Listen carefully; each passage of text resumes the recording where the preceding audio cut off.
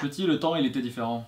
Jusqu'ici dans l'émission, on a parlé de séries d'animation d'une seule époque, les années 2000. En réalité, il n'y a pas vraiment de raison derrière ce choix, il est surtout évident pour moi puisqu'avec cette émission, comme je l'ai souvent répété, j'essaye de revenir sur des œuvres de mon enfance pour en montrer le bon et souvent le pire. Mais soyons francs 2 minutes, les dessins animés diffusés dans mon enfance ne dataient pas tous des années 90 ou 2000. J'ai certes grandi avec ça, mais j'ai aussi grandi avec ça. Et ça. Et même ça.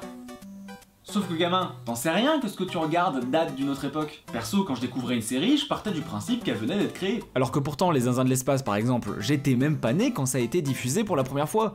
Pareil pour Oggy et les cafards. Et pourtant, je les ai toujours considérés comme des séries de mon époque, surtout grâce à une rediffusion constante. Bref, vous l'aurez compris, aujourd'hui on va s'intéresser à une vieille série culte de notre patrimoine franchouillard des années 80. Alors sortez les perruques et branchez les synthés, c'est parti pour un voyage dans le temps.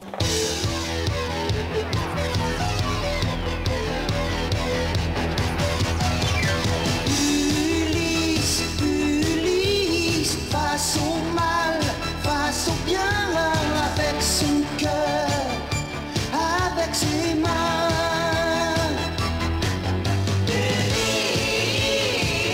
Guidé par la belle vérité.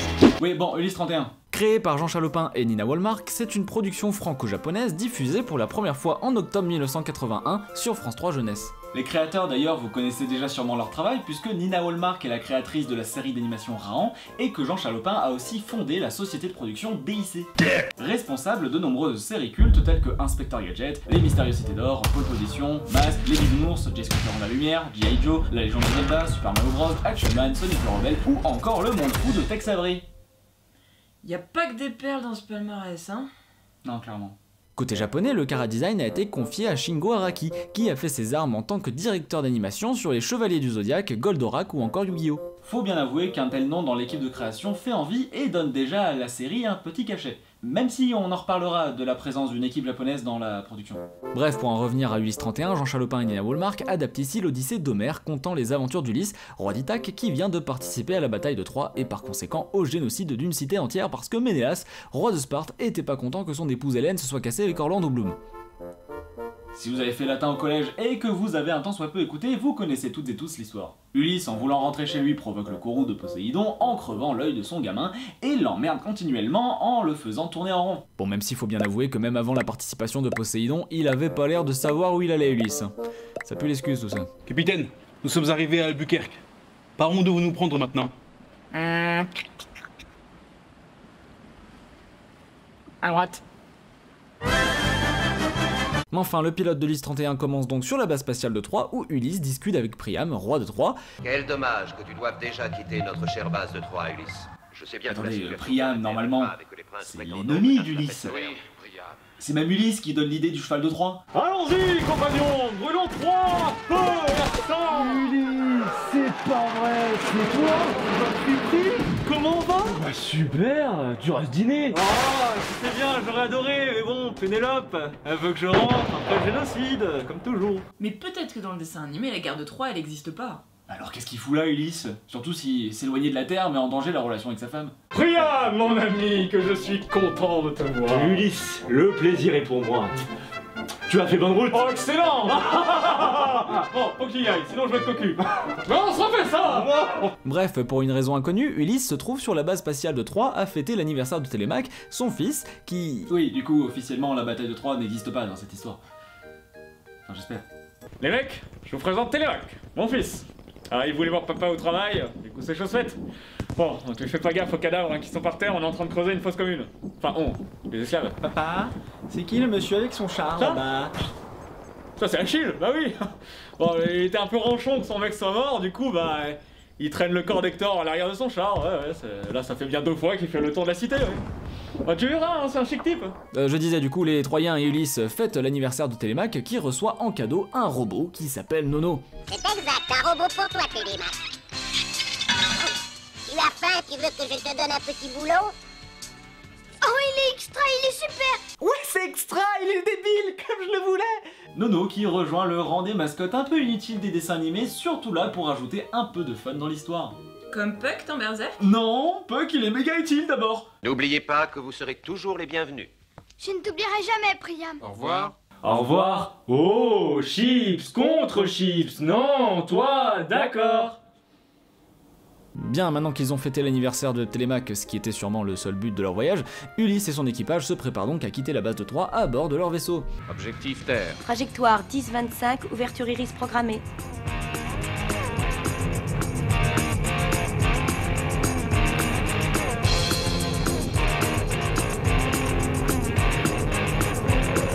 Oui, bon, alors que ils viennent à peine de quitter l'attraction troyenne, comme dit Ulysse, Shorkal, l'autopilote du vaisseau, les prévient de la présence d'une planète inconnue. Une info qui aurait pu rester anecdotique si la planète en question n'envoyait pas une boule d'énergie sur le vaisseau kidnappé Télémaque. Je comprends enfin la raison pour laquelle Télémaque a accompagné son père dans ce voyage. Être casse-couille. Mais enfin, on retrouve Télémaque sur la planète inconnue, récupérée par deux autres prisonniers, Thémis et Noumaios, originaires de la planète Zotra. Noumaios explique à Télémaque qu'ils sont prisonniers des adorateurs du Cyclope. Oui, leur Cyclope enlève les enfants pour prendre leur énergie et la donner à ses adorateurs qui en ont besoin. Oui, alors jusqu'à quel âge on est un enfant sur Zotra? Parce que vu la taille et la voix de Noumaios, j'ai un léger doute. J'ai 13 ans. Bref, bien décidé à sauver son fils, Ulysse se rend sur la planète accompagné de Nono. Parce que... Je dois sauver mon fils. Qui pour m'accompagner?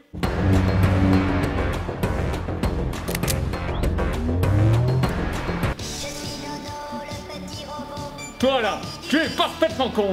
Exactement ce qu'il me faut. Enfin, Ulysse et Nono... Ulysse et Nono.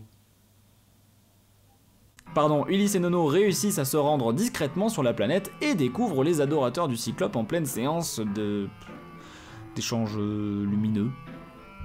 Ouais. Dont Télémaque, Thémis et Noumaios sont les sacrifices. Pas de chance pour Télémaque d'ailleurs, à peine arrivé, déjà sacrifié? Ouais, ils ont kidnappé que 3 gosses surtout. Hein. Sûrement.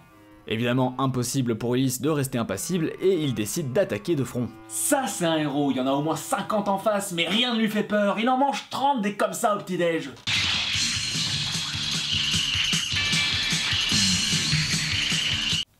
Sincèrement, Ulysse, c'était quoi la stratégie? Oui, bah c'est bon, je peux pas savoir qu'ils allaient bourriner les lasers à 15 contre 1, hein. Tu ne pourras pas tenir seul plus longtemps.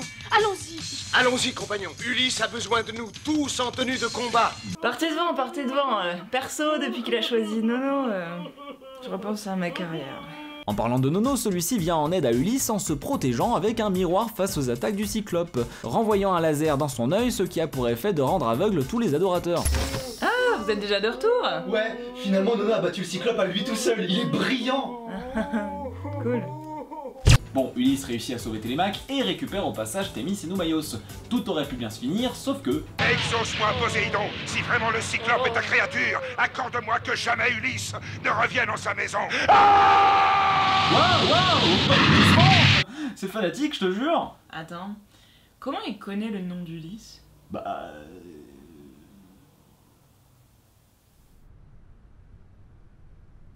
Ne bougez pas. Son acuité visuelle est basée sur le mouvement. Mais bon, de toute façon, Ulysse repart à bord de son vaisseau, échappant de peu à l'explosion de la planète suite à la mort du Cyclope. Susceptible, la planète.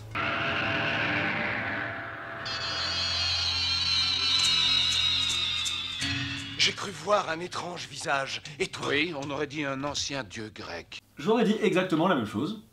À peu de choses près. Vous avez vu ce visage? On aurait dit... Oui, on aurait dit quelqu'un que je ne connais pas. Malheureusement, tout ne va pas bien puisque le vaisseau est aspiré par un trou noir qui se trouve être contrôlé par Poséidon et le reste du gang de l'Olympe.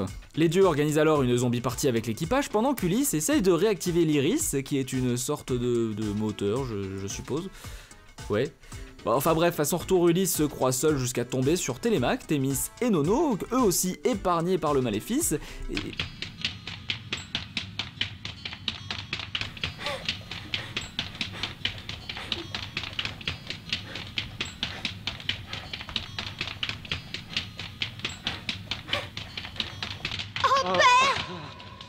Vivant, vous êtes vivant. Et bon bah ok, c'est pas la joie non plus très longtemps, hein, puisqu'il découvre enfin la salle où s'est réuni le reste de l'équipage.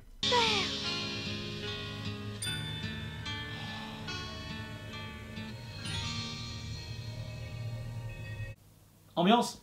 Je trouverai le royaume d'Hadès et le chemin de la terre, je vous le promets. Ulysse, Le chemin de la Terre est effacé de ma mémoire. L'Odysseus a pénétré dans un espace inconnu. Oui, bah, c'est bon, Shurka, c'est déjà assez la déprime. Ainsi commençait pour Ulysse, Thémis, Télémaque et Nono la plus fantastique des Odyssées dans des univers inconnus contrôlés par des dieux hostiles, perdus dans l'étrange cosmos de l'Olympe. Heureusement que les voix off sont ce qu'elles sont, hein. Des voix off. Parce que là, clairement, ça fait pas rêver. Enfin, l'épisode se termine sur cette merveilleuse note bien badante, et la suite au prochain épisode. Oui, alors tu m'excuseras, mais j'aimerais bien regarder autre chose, parce que ça m'a éclaté la matinée. Ulysse, vainqueur de Troie, tu as porté la main sur mon fils le Cyclope. Tu as profané mon nom et défié les dieux. Je te maudis. Jamais tu ne reviendras de ton voyage. Jamais tu ne retrouveras les tiens. Purée, j'avais complètement oublié cette série. Alors c'est vrai, en 2003, donc plus de 20 ans après Ulysse 31, on a eu droit à une nouvelle adaptation en série d'animation des aventures du roi d'Ithaque, nommée sobrement l'Odyssée, avec à la création Marie-Luce Drouet, Bruno Regeste et Claude Scasso. Une adaptation qui se veut plus proche, avec des énormes guillemets des récits d'Homère, puisque fini l'espace et son 31e siècle, nos personnages sont de retour à l'Antiquité. Il est à noter que la production est assurée cette fois-ci par Marathon, que l'on connaît surtout pour Martin Mystère et Totally Spies. Ce dernier sur lequel on a déjà fait un épisode il y a maintenant un petit moment, où j'avais dit beaucoup de bien des filles. Genre mes meilleurs potes. Bref, contrairement à Ulysse 31, cette série débute cette fois-ci sur Ithaque, où l'on retrouve Pénélope et Télémaque.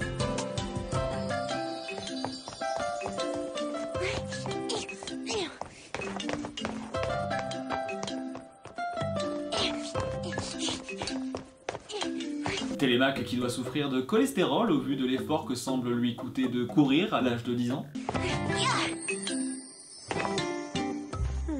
Tiens, prends ça, gros monstre! Aïe. Bien sûr qu'il reviendra, mon fils. Quand j'aurai terminé ma tapisserie, nous serons à nouveau ensemble, tous les trois. Je te le promets. Pendant ce temps, à 3, 2, 1... Pardon. Une euphorie s'instaure chez les Troyens face au cadeau que les Spartes leur offrent, le fameux cheval de Troie. Attendez 2 secondes, la tapisserie qu'était en train de faire Pénélope là. Soit les nouvelles arrivent très vite à Ithaque au point qu'elles arrivent même avant qu'elles se passent, soit Ulysse il se la pète pas mal. Messieurs, j'ai une idée pour gagner la guerre. Je me suis souvenu de ce que m'a dit ma femme en partant d'Ithaque. Elle m'a dit, et pourquoi pas se cacher dans un cheval en bois géant que l'on offrirait aux Troyens pour s'infiltrer dans l'enceinte de la cité. Bon. À l'époque, je m'étais moqué, mais maintenant, je me dis que... Mais putain, oui, c'est une trop bonne idée! Ça fait 10 ans qu'on en chie, vous y pensez que maintenant? Moi, j'ai jamais rien vu de pareil!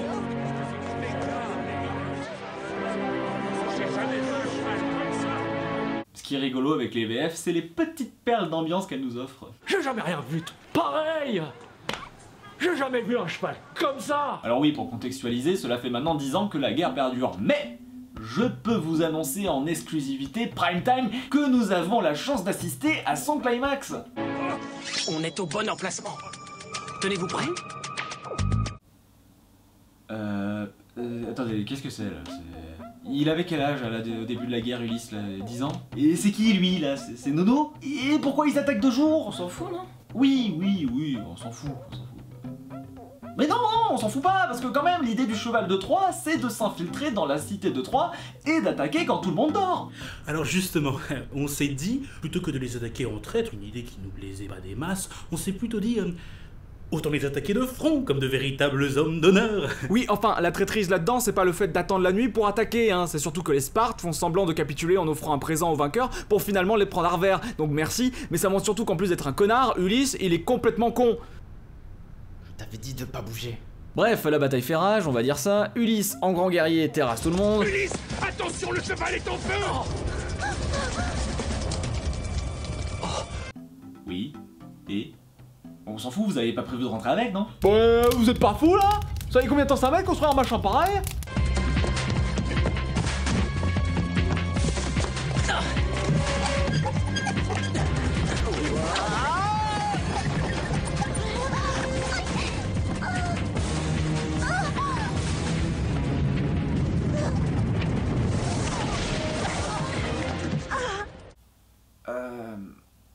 Je vais avoir besoin de schématiser ça. Donc, Ulysse se trouvait là quand il croisa cette fille, qui s'appelle Nyssa. On le prévient que le cheval est en feu. Il décide ainsi de monter sur un balcon, ce qui est déjà une idée très chelou, mais certes, pourquoi pas, on accepte. Il décide de se balancer vers Nyssa, qui courait à côté du cheval avant de trébucher parce que la maladresse, on connaît. Le cheval allait lui tomber dessus quand Ulysse arriva à temps pour la sortir d'affaire. Maintenant, je propose, s'il avait fait ça, plutôt. Ça aurait pas été plus simple? Ouais, mais beaucoup moins classe. Certes. Bref, Ulysse et ses hommes ont gagné, bravo à eux je suppose, et cette nouvelle se répand jusqu'aux oreilles d'Athéna et de Poséidon. Allez, félicite-moi Poséidon. J'ai gagné notre pari. En partie seulement, Athéna. Oh, Le plus difficile reste à faire. je ne vois pas à quoi tu fais allusion. Ulysse a conquis la ville de Troie, la guerre est terminée. Mais ce n'est qu'une étape. Ulysse doit réussir à regagner Ithaque, sa patrie, pour être vraiment considéré comme victorieux. Quoi? On a gagné! À ce propos, on vient d'apprendre qu'Ulysse s'est étouffé en mangeant une pomme, donc en fait, on a perdu. Au revoir, Athéna. Je ne te reverrai que le jour où tu seras forcé de reconnaître que c'est moi qui ai gagné ce pari. Ah, y a pas à dire, il est bon joueur le Poséidon. Bref, du coup, Athéna décide d'envoyer sa chouette alerter Ulysse du danger qui arrive. Comment? Comment ça, comment? Bah, comment elle fait, la chouette? Elle parle? Ah non, c'est juste qu'en fait, elle doit transmettre un pouvoir de vision à Ulysse, mais elle doit faire attention parce qu'elle peut le transmettre qu'à une seule personne. Oui, on vous voit. Bref, alors qu'Ulysse et son équipage se préparent à partir, Nyssa en profite pour s'y introduire clandestinement et par le même biais se prendre la chouette dans la tronche à la place d'Ulysse.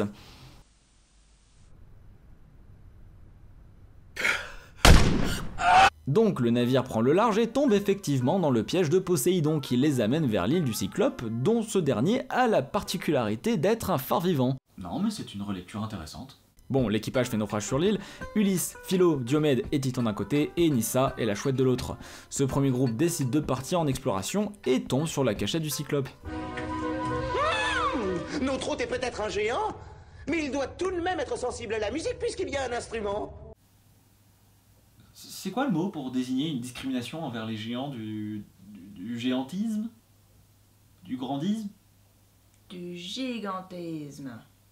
Du basketisme. Enfin du coup, comme tout personnage de fiction normale, l'équipage se met à rien glander. Jusqu'à l'arrivée du Cyclope qui ramène deux naufragés d'un autre navire. Le Cyclope croit reconnaître Ulysse, mais celui-ci ment et indique qu'il se nomme personne, forçant le Cyclope un peu bébête à partir à la recherche d'Ulysse sur son île. De son côté, Nyssa comprend que l'équipage est enfermé dans la cachette du Cyclope en tombant sur ce dernier. J'ai aucune envie de me retrouver face à face avec cette brute épaisse. Je laisse tomber, je m'en vais. Arrête! Ce que t'es têtu, alors lâche ma tunique. Bon, d'accord, mais il faut que je trouve le moyen de décider le Cyclope à bouger la pierre de l'entrée. Elle est pas difficile à convaincre. Donc Nyssa réfléchit à un plan, celui de faire semblant de dormir en attendant que le Cyclope la trouve. J'ai dit que je voulais bien aider, j'ai pas dit que je ferais ça vite, hein. Enfin, son plan fonctionne. Incroyable. Mais elle fait croire au Cyclope qu'elle recherche son grand frère Ulysse qui serait en train de visiter une caverne. Une caverne? Quelle coïncidence en bas de ça alors? Est-ce que tu crois que tu le reconnaîtrais si tu le voyais? Bien sûr que je le reconnaîtrais. C'est mon frère. Ulysse, caverne. Il en faut pas plus au Cyclope pour comprendre. Il est malin. Donc Nyssa arrive à retrouver les autres et fait croire qu'Ulysse était en fait un des deux autres naufragés. Mon grand frère adoré. Moi qui croyais que je te verrais jamais. C'est pas Ulysse, tu te trompes? Ça fait des mois qu'il est là et il s'appelle Zéphyr. Mais oui, je sais, c'est Zéphyr, Ulysse. Forcément, le Cyclope est un peu déçu et décide de garder Nyssa en prisonnière avec les autres et d'aller se coucher. Ça me fait penser que ce qu'a fait Nyssa ne sert complètement à rien finalement. Bah si, elle a ramené l'arc et les flèches. Oui, c'est vrai. Un arc et 3 flèches. Ouh, le niveau de puissance est à nouveau à égalité. Tu vas rouler l'estomac vide? Ouais, j'ai pas faim moi ce soir. Il se peut que tu aies un petit creux pendant la nuit. Ulysse, qu'est-ce que tu fais? C'est vrai, t'as raison. Je t'emmène avec moi par précaution, ça m'évitera de redescendre. Oh bah non, tout compte fait, je vais plutôt prendre le musicien. Comme ça, il pourra me chanter une berceuse. Adieu mes amis! Bon, tout le monde a l'air très confiant. Même Philo, qui est choisi comme goûter, a pas l'air d'en vouloir à Ulysse. Ça doit être normal. C'est ça! Bonne nuit! Et bon appétit surtout!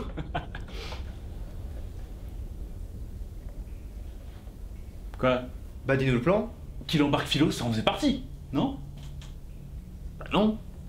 C'est juste que vu le gabarit, faut bien qu'il bouffe un peu, enfin... Non, évidemment, Ulysse avait un plan qui consistait à tirer une flèche vers la chambre du Cyclope pour pouvoir grimper les marches puisqu'elles étaient trop grandes, et ensuite passer par la fenêtre. Oui, il y a une fenêtre. Alors le plan fonctionne presque sans accroc puisque le Cyclope se réveille juste avant qu'il parte, forçant Ulysse à se défendre en tirant une flèche dans son œil magique. L'équipage arrive à s'enfuir, mais ils ne sont pas encore sauvés puisque le Cyclope arrive à les suivre grâce à son odorat ultra développé. Vite, il faut se cacher. Où ça?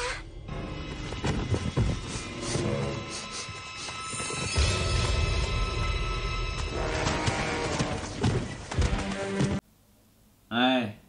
Alors là, c'est l'exemple type du « heureusement que l'audience connaît déjà un peu l'histoire », parce que oui, dans l'œuvre d'Homère, Ulysse et son équipage s'accrochent au mouton pour échapper au Cyclope. Sauf que, normalement, c'est pour sortir de la caverne, puisque le Cyclope garde ses moutons chez lui, et décide de les faire sortir pour retrouver Ulysse au toucher. C'est donc aussi un plan qui est réfléchi et préparé. Là, ça peut paraître un peu étrange que la première idée de cachette qu'a Ulysse soit « Sous les moutons !» Bon, encore une fois, le plan fonctionne et l'équipage réussit à atteindre leur bateau. Attends, il est à qui ce bateau? Bah, aux deux autres naufragés. Ceux qui sont là depuis des mois. Ouais. Et leur bateau a pas bougé. Ouais. Alors qu'il se trouve au pied d'une cascade. Ouais. Oh, il est toujours là. Merci Athéna d'avoir veillé sur mon bateau chéri, il est sain et sauf.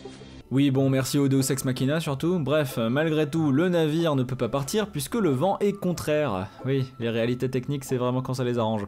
Du coup, Ulysse décide de provoquer le Cyclope pour je sais pas, mais sûrement pour un plan encore foireux. Ulysse, personne, c'est la même chose. Quelle importance? Tu n'arriveras pas à m'attraper. Que les dieux nous protègent.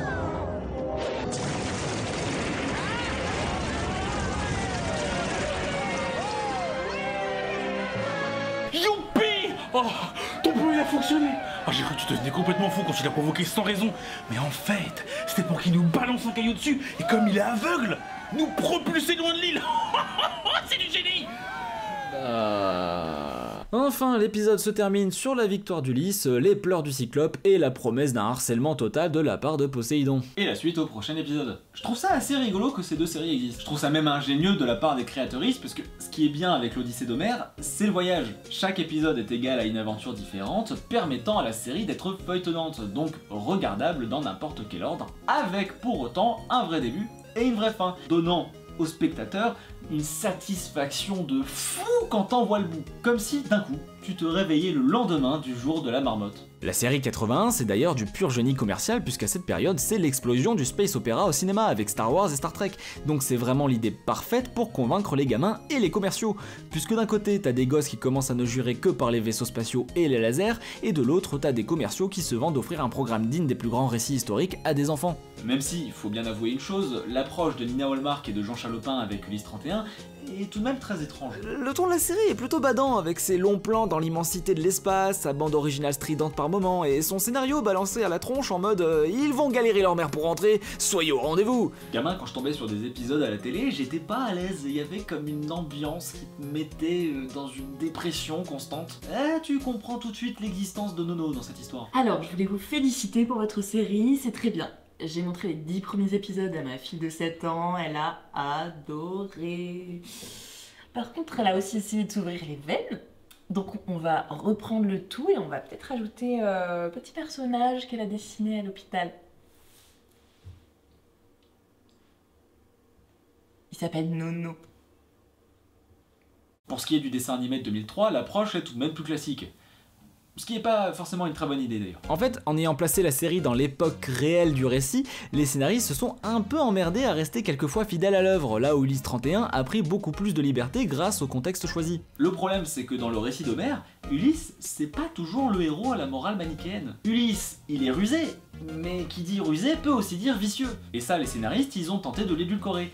Ce qui rend certaines scènes un peu débiles. On a déjà parlé de l'attaque de Troie qui se passe finalement de jour pour éviter de présenter Ulysse comme un lâche qui attaque quand tout le monde dort, il y a la scène des moutons qui devient juste étrange, mais il y a aussi cette scène avec le caillou balancé par le Cyclope là. Cette scène, elle a aucun sens. Déjà parce que dans le récit d'Homère, il n'y a pas d'histoire de vent contraire qui empêche le bateau de quitter l'île. Non, il quitte l'île. C'est juste que le Ulysse là, il tient plus. Il veut se foutre de la gueule du Cyclope en lui dévoilant son nom, alors que ce dernier vient d'annoncer à tout le monde qu'il s'était fait crever son œil par personne. Et c'est parce qu'il est énervé qu'il balance un caillou et rate de peu le navire d'Ulysse. Ouais, Ulysse a failli faire couler tout le monde par prétention. Alors certes, dans le dessin animé, il y a tout de même une scène où le Cyclope dit à Poséidon que personne n'a pété son œil, mais c'est plus pour la blague. Puisque dans la série, Poséidon il a déjà un problème avec Ulysse, contrairement au récit originel où c'est parce que Ulysse dit son prénom au Cyclope que Poséidon se met à le harceler. Ce qui fait que la série tente à tout prix de rendre innocent Ulysse dans ses choix, puisqu'il n'est finalement que le pantin d'un pari entre Athéna et Poséidon. Super. Alors après, Ulysse 31 édulcore aussi son personnage, avec sa bataille de Troie complètement inexistante et son idée de faire kidnapper Télémaque pour qu'Ulysse tabasse le Cyclope. Pardon, pour que Nono tabasse le Cyclope. Plutôt que de s'être juste perdu comme des cons sur une île en mode Oh bah, c'est où? Oh, bon, on visite, hein? Alors dit comme ça, on pourrait croire que je n'aime pas ces séries. C'est faux. Les deux ont justement beaucoup de qualités grâce à ce côté semi-feuilletonnant qui permet d'explorer plein d'univers. Là-dessus d'ailleurs, les deux séries ont la même méthode. Dans Ulysse 31, ils passent à côté d'une planète, ils s'y posent, ils résolvent des problèmes et repartent. Dans l'Odyssée, ils s'arrêtent sur une île, résolvent des problèmes et repartent. Mention spéciale pour l'Odyssée qui possède un gimmick en plus, celui de commencer chaque épisode par ce même plan d'Ithaque avec Télémaque qui joue à la violence à côté de Pénélope, toujours en train de coudre une tapisserie à l'image de l'aventure qu'Ulysse va vivre dans l'épisode. Alors oui, il y a des questions qui se posent, mais moi j'ai ma réponse.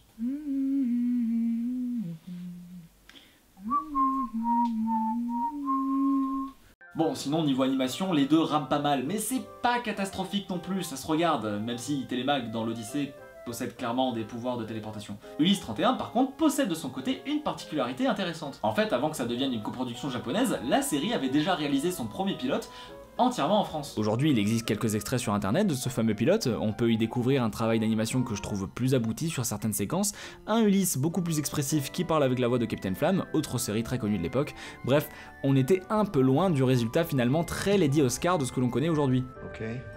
Et il y a un élément dans ce pilote que je trouve incroyablement drôle, c'est qu'il était prévu qu'Ulysse soit une sorte de cyborg qui aurait fusionné avec une énergie appelée 31, d'où son surnom Ulysse 31.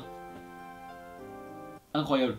Tellement cliché aussi. Une série sur Chirac? Vous êtes complètement con. Ça va pas intéresser les gosses, pourquoi je dis pas ça moi? Ah non, c'est pas Chirac. C'est un cyborg. C'est Astro Chirac. Il peut balancer des pommes pour dissoudre les assemblées. Bref, je trouve ça finalement plutôt sympa que ces deux séries existent, et je les trouve même importantes, puisque encore aujourd'hui dans le monde de l'art, on est sans cesse dans la course à l'originalité. Raconter une histoire jamais entendue auparavant, avoir un style jamais vu ailleurs, faire des choix moins évidents pour explorer des horizons inconnus. L'originalité, c'est sûrement l'argument que j'entends le plus lorsqu'on souhaite glorifier ou même démonter une œuvre. Et perso, je trouve qu'on fait souvent l'erreur de critiquer le choix de l'originalité au lieu de simplement s'intéresser à l'angle. Et ces deux séries sont parfaites pour ça puisque toutes les deux adaptent un récit vieux de 2000 ans d'une manière complètement différente, même quand l'une d'entre elles décide d'en rester proche. Chacun d'ailleurs y trouvera son compte selon le style qu'il préfère. Et encore, une autre série pourrait faire son apparition dans un angle encore une fois différent. Bah c'est bon, tu te sens...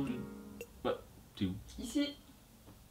Bah, pourquoi t'es plus en pyjama? Bah parce que je vais aller travailler, Thibaut. Tu sais, pour gagner des sous, la vie d'adulte, tout ça. Oui, je sais ce que c'est que la vie d'adulte.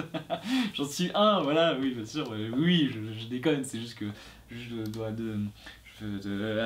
dois mettre cette fourchette en acier dans le micro-ondes. Voilà, c'est ça que je fais. Oui.